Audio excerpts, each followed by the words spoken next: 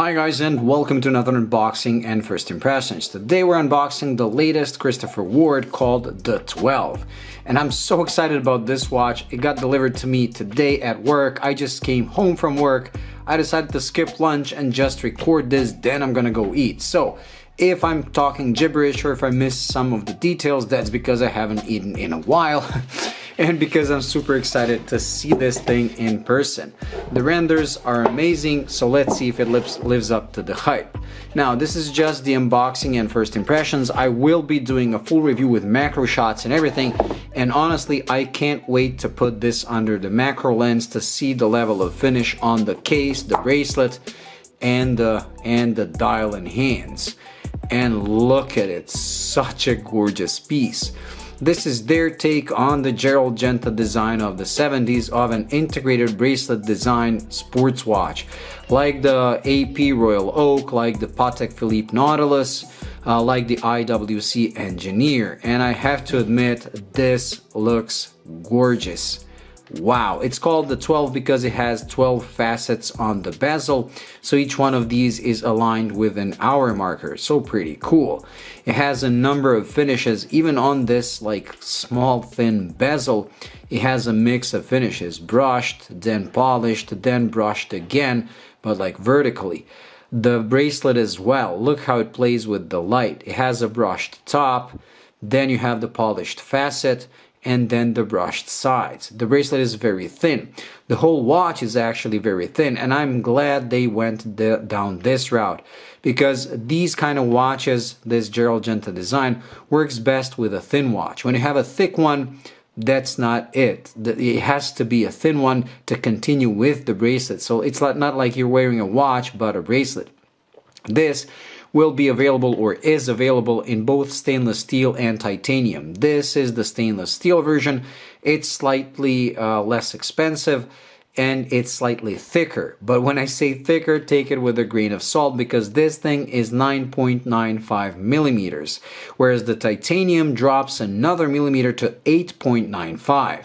That probably looks sick. I mean, even better than this, but even this is ridiculously thin in today's watches, where you have like dress watches like Sungran Seikos that are like 12.5 or 13.5.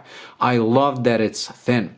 This one is powered by the SW200, while the titanium is powered by the SW300 that is COSC certified. So the titanium one comes with a chronometer movement, it's a thinner 1 millimeter, and it's titanium, and thus the prices on that one start at $13.75 on a rubber strap and $18.25 on a metal bracelet.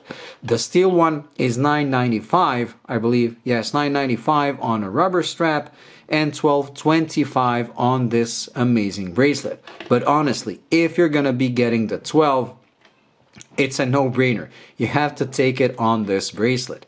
The bracelet is held with screws. It comes with a hidden butterfly clasp, and I'm glad they don't have the female and male end where you have to be careful which side you close first, but this one just meets in the middle, so regardless of which one you start closing, it's not gonna get stuck. Very nice. It comes with a clear case back, again with 12 facets held in place with screws.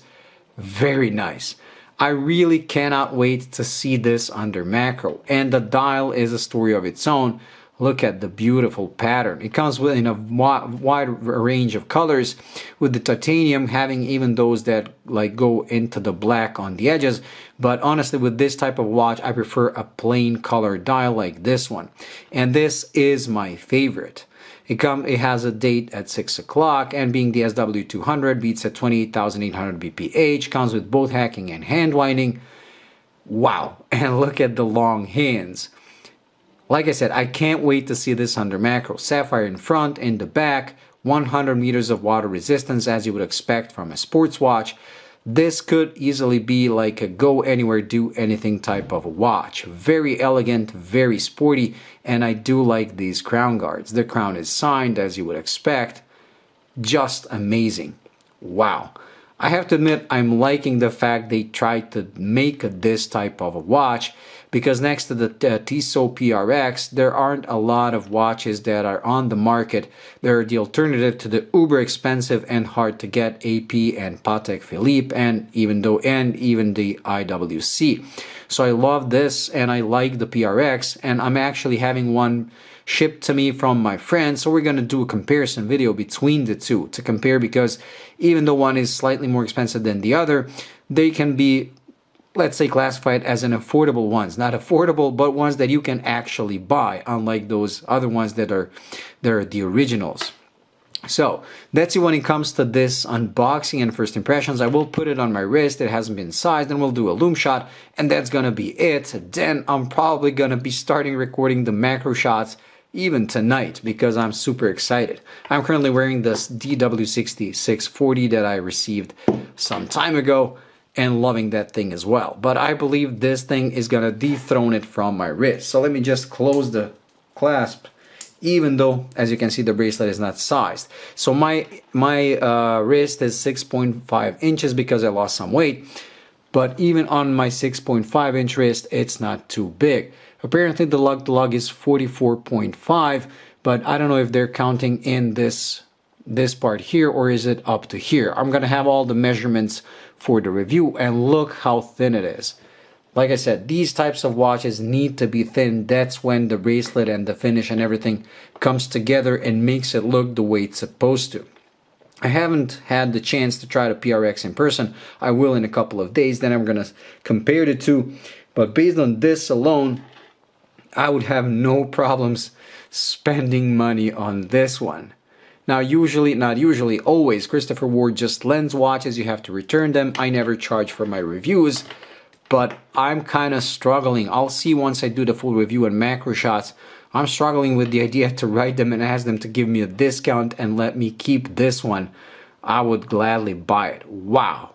Such a gorgeous watch. Okay, let's do the loom shot and close it for today, because I'm starting to talk gibberish, and honestly, I can't wait to size the bracelet and put this on my wrist. Okay, so let's charge the watch for a couple of seconds. Okay, there. Let the camera focus, and let's turn off the lights. And it glows blue, and it glows quite well. It's not Seiko level, but you don't expect this. This is not a diver. This is a sports dressy watch, and I have to admit the loom is very, very good. Wow. Clearly distinguishable hour and minute hand even in the dark. I love every detail on this watch.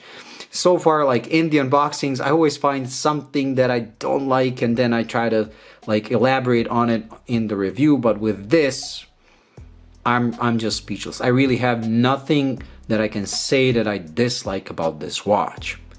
Wow, just amazing. Anyways, that's it. So thank you for watching. I hope you enjoyed.